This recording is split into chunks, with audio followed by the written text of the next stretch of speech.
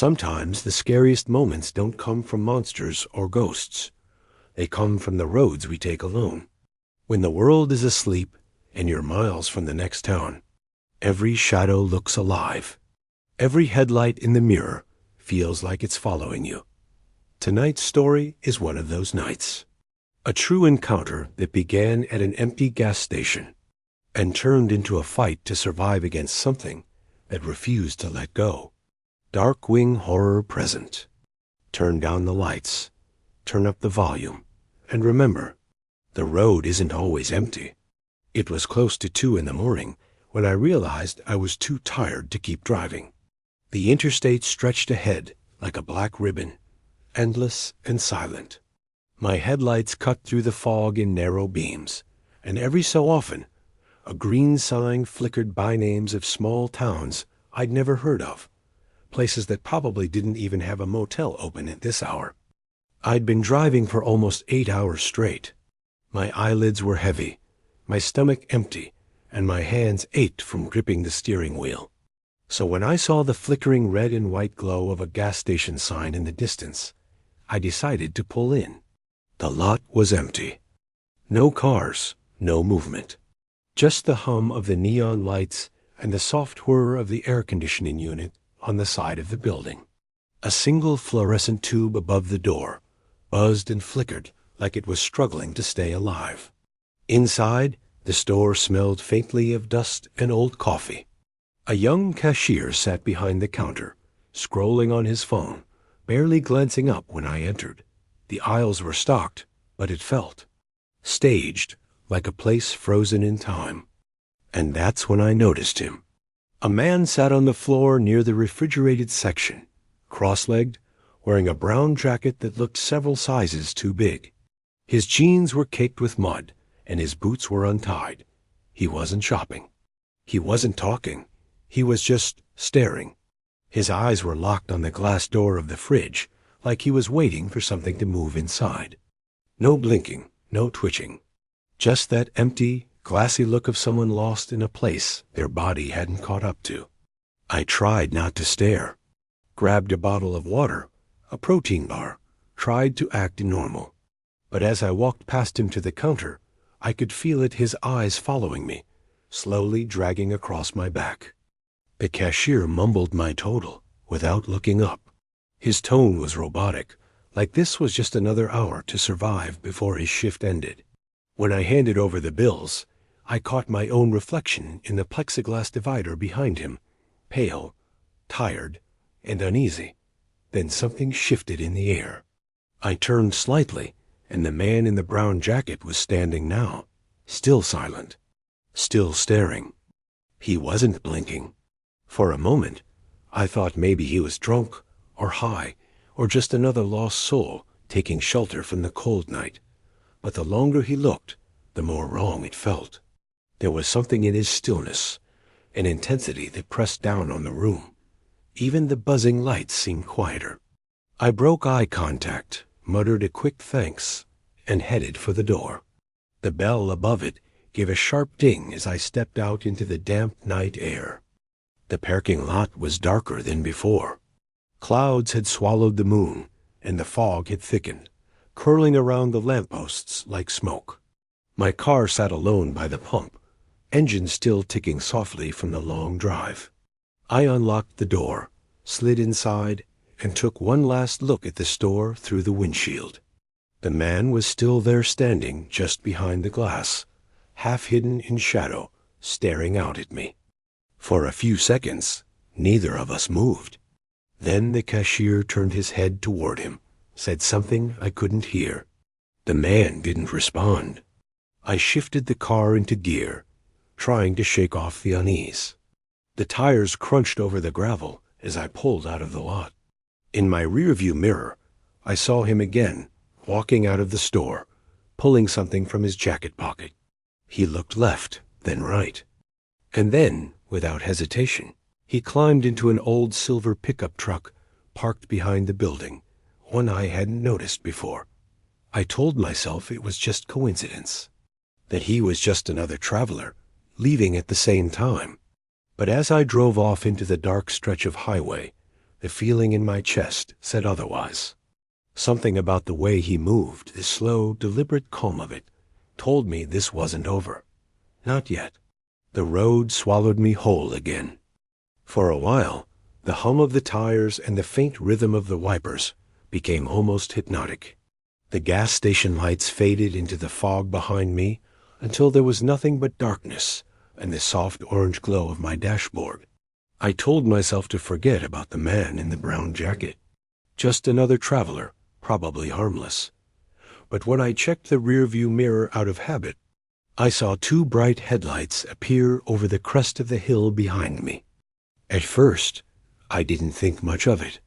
Plenty of people drive at night. But the car behind me, no, the truck, stayed there. Too steady. Too close. It was the same silver pickup. I could tell by the dull, uneven shine of the headlights, one brighter than the other. A few miles passed. He didn't overtake me. Didn't fall back. Just matched my speed, keeping the same distance like we were tied together by an invisible rope. I turned the radio on, some late-night talk show, but the static swallowed most of the signal. The voice of the host came through in broken pieces. Stranded traveler, middle of nowhere, never made it home. I switched it off. The silence felt safer. Another mile. The truck was still there. I tried the old trick, slowing down, pretending to check my GPS. He slowed down too. When I sped up, his headlights crept closer and pulled back again. That's when my chest began to tighten. There was no reason for anyone to tail someone like that. Not at 2:40 a.m. on a highway this empty. I took the next exit ramp, a narrow stretch leading toward an old service road. He followed. My hands were slick with sweat now. Every muscle in my body screamed to floor it and get away, but I couldn't see more than 50 feet ahead. The fog had thickened into a wall of white. For a few minutes, I convinced myself maybe he was just heading the same direction. But then his high beams flicked on, flooding the inside of my car with blinding light. I squinted at the mirror. Behind that glare, I could just barely make out the silhouette of the driver, rigid posture, head tilted slightly to one side. Watching, the high beams stayed on. Then, a single honk, short, sharp. I felt my pulse in my throat. I gave a nervous wave out the window, hoping he'd pass. Instead, he stayed there. Another honk, louder this time. Then a long one that didn't stop, the sound vibrating through my chest, echoing against the trees on both sides of the road. I gripped the wheel tighter. The road was narrowing. No shoulder, no place to pull over. I sped up, 90, 95. The truck matched every move. Then the headlights disappeared. Just gone. Like someone had flipped a switch. For a split second, relief washed over me. Maybe he'd turned around. Maybe he'd finally given up. But as I exhaled and glanced ahead, two dots of light emerged again from the fog. Closer this time. He hadn't turned around. He'd killed his lights. And now, he was closing in fast. My breath hitched. I realized then, this wasn't some random driver.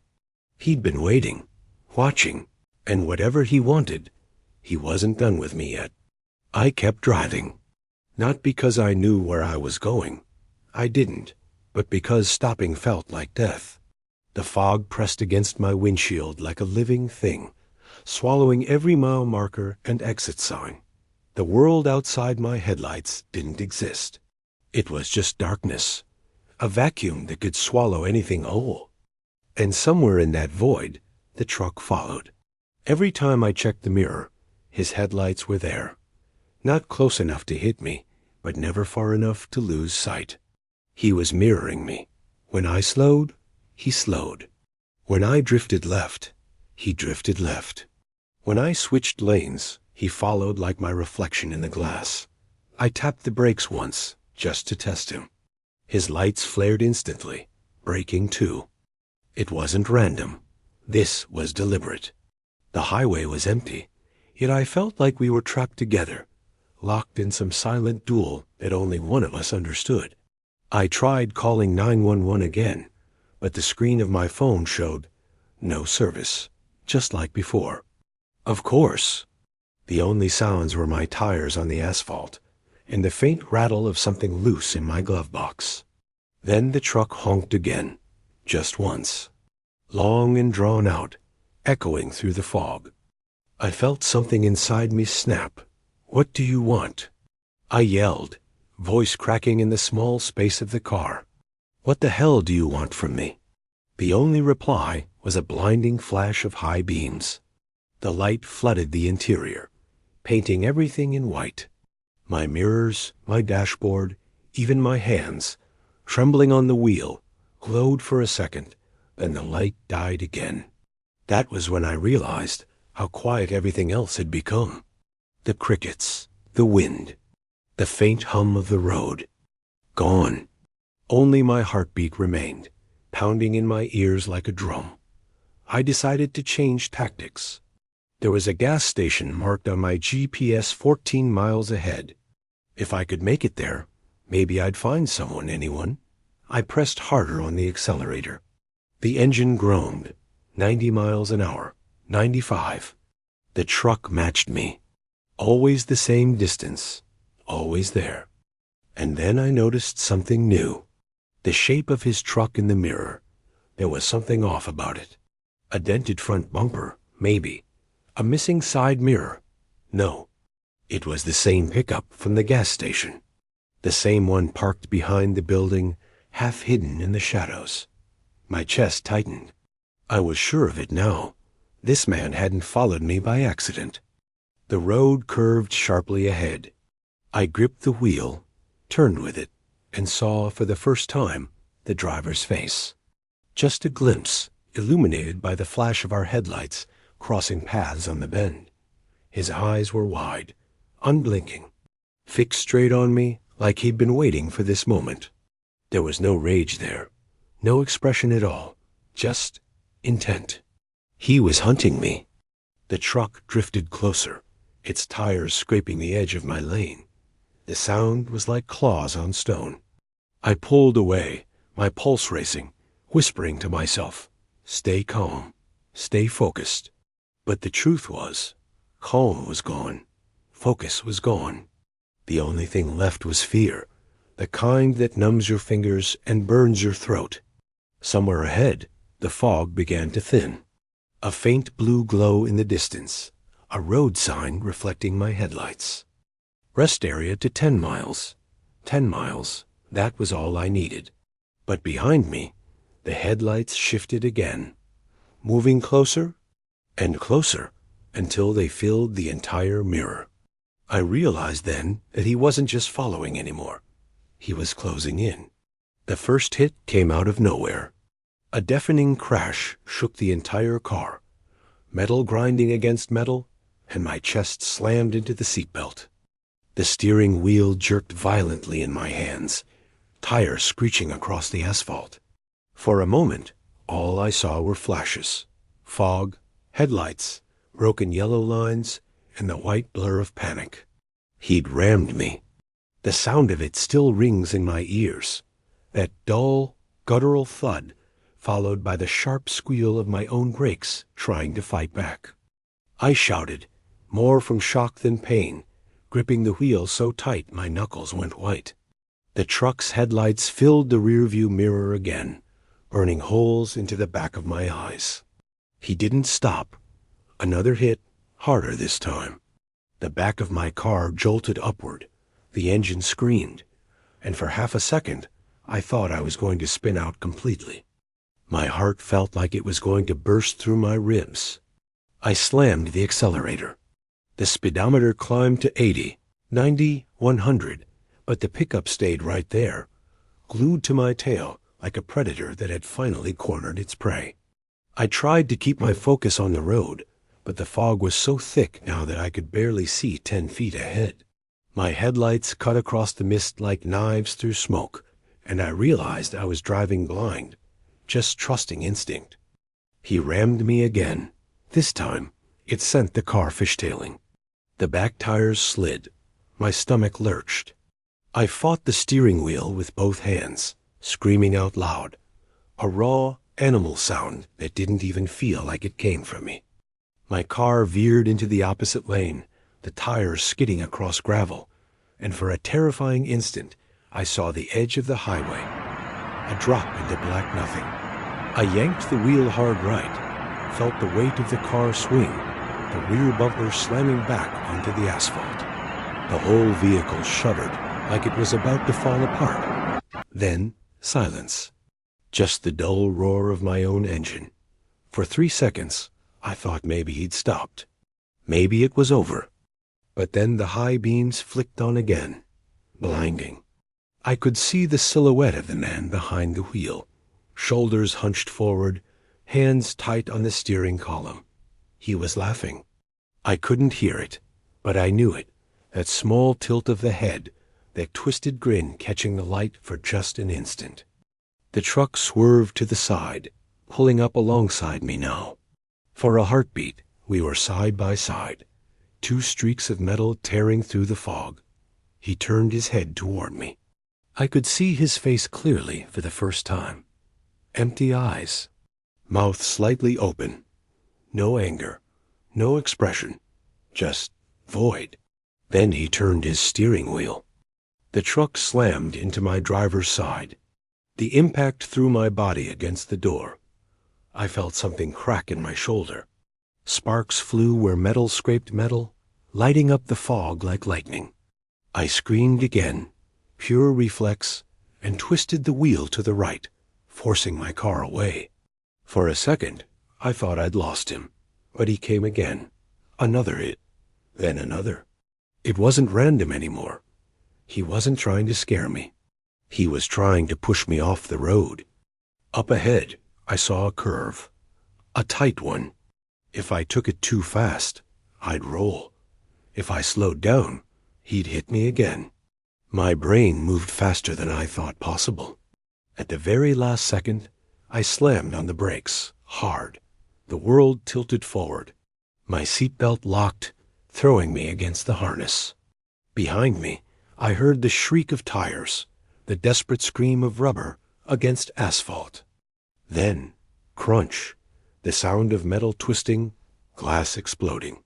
In the mirror, the truck veered sideways, spinning across the lane. Its headlights swung wildly, then vanished into the fog with a crash so loud it rattled my teeth. I didn't wait, didn't look back. I floored it, engine roaring, heart hammering so hard I could barely breathe. The fog swallowed the road again. And behind me, the only thing left was silence, thick, unnatural, and absolute. For the first minute after the crash, I didn't even realize I was still alive.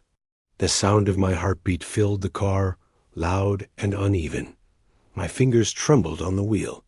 My breathing came in sharp, shallow bursts.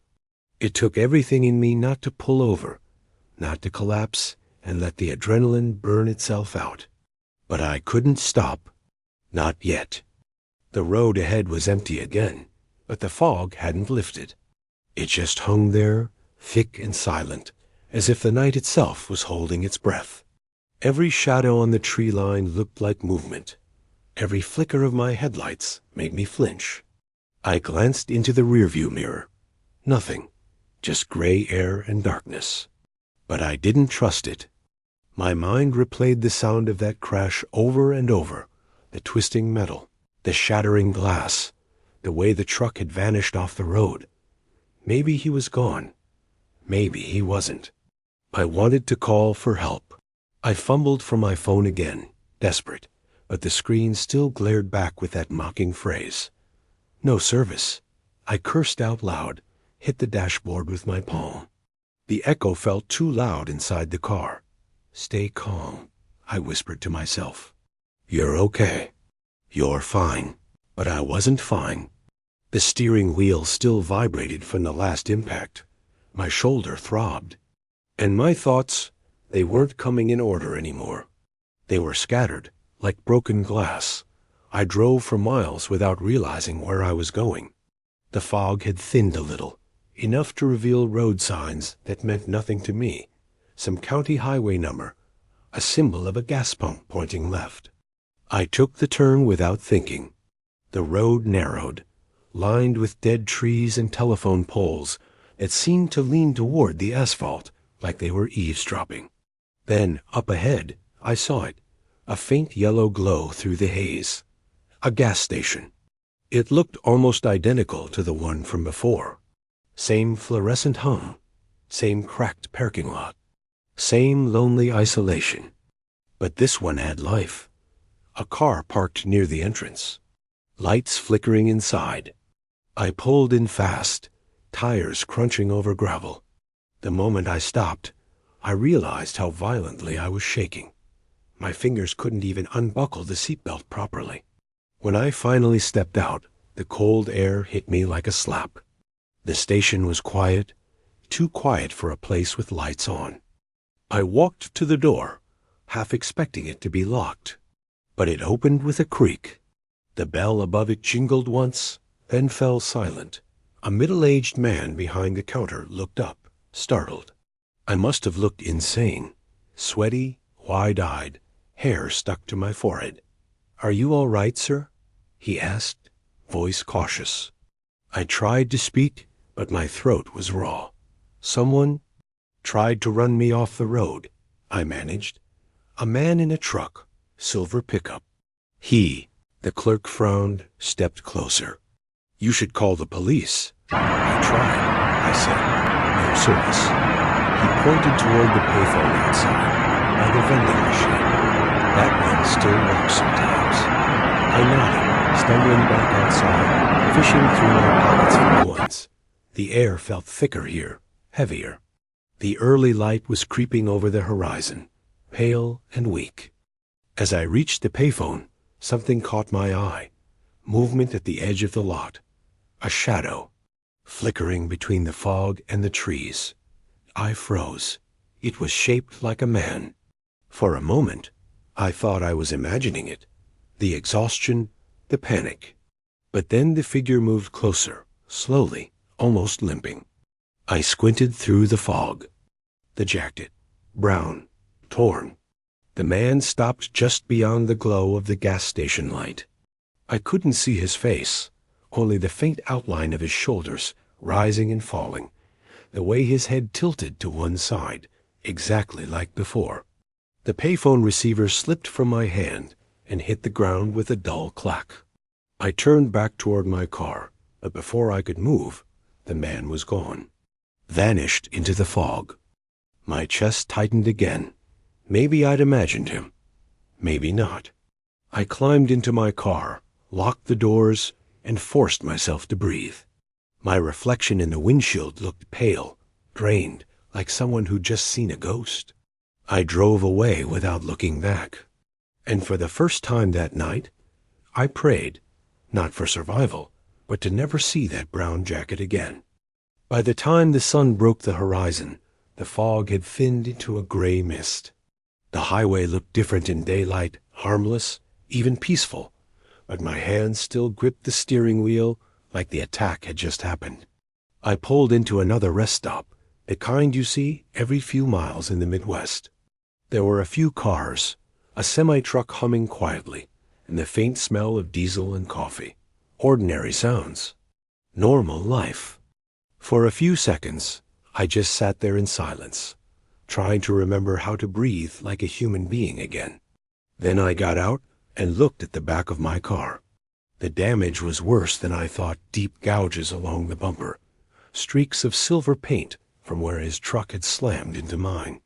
Bits of glass embedded in the trunk lid caught the light like frost. It wasn't a dream. The proof was right there, carved into the metal. A man smoking near the vending machines noticed me staring. "Rough night?" he asked casually.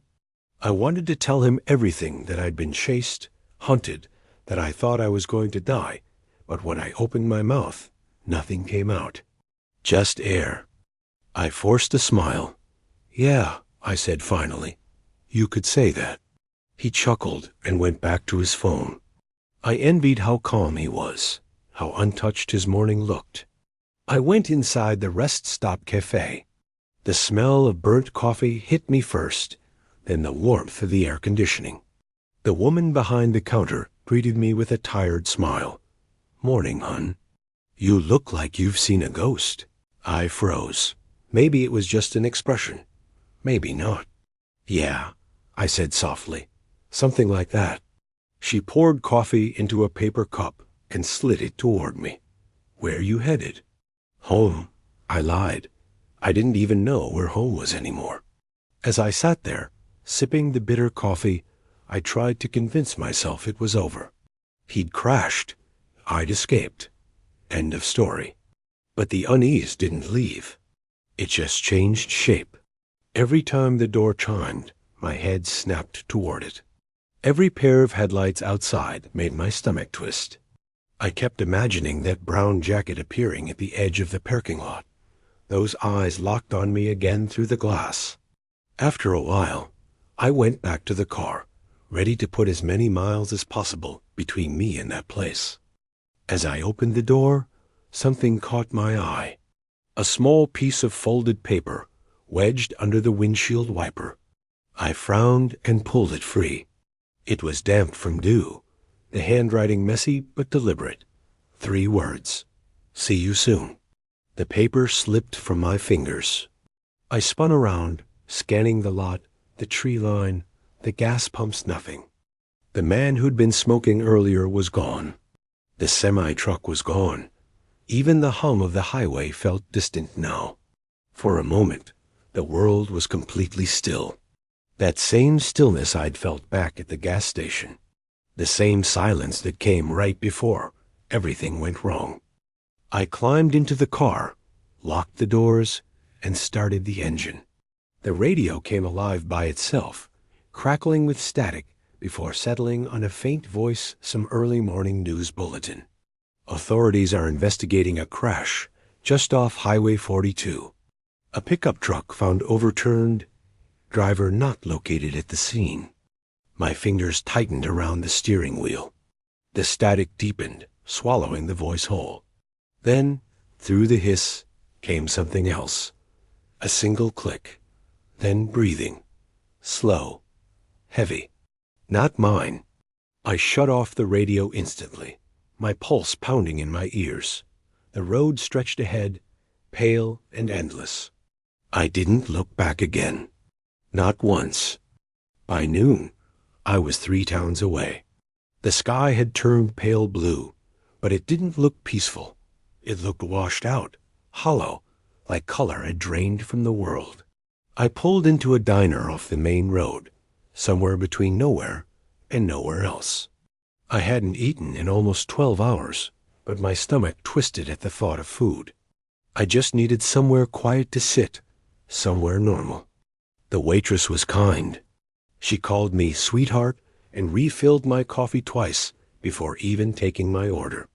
Her voice sounded distant, though, like I was underwater. Every noise, the clatter of plates, the hum of conversation, felt detached from reality.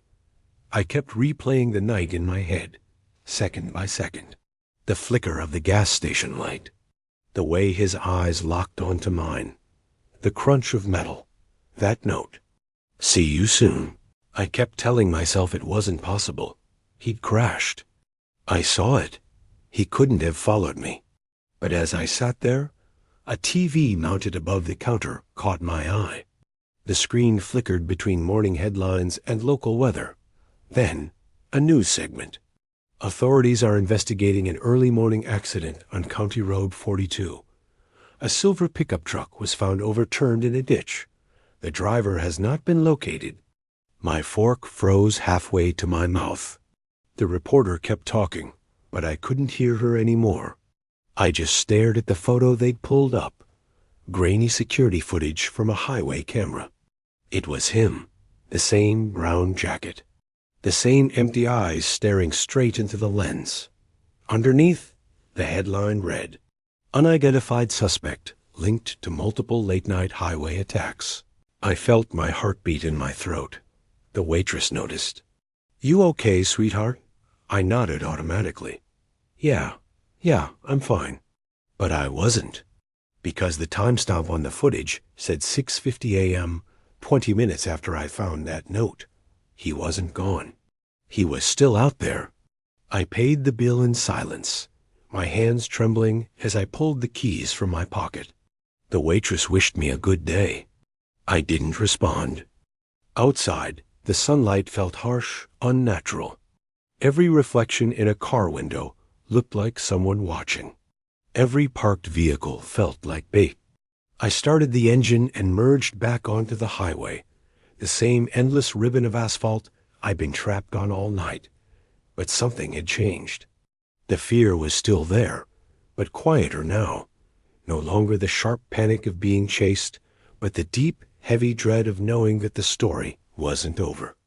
I drove until the sky began to fade again, and the colors bled back into gray. And somewhere between one empty stretch of road and the next, I realized what scared me the most.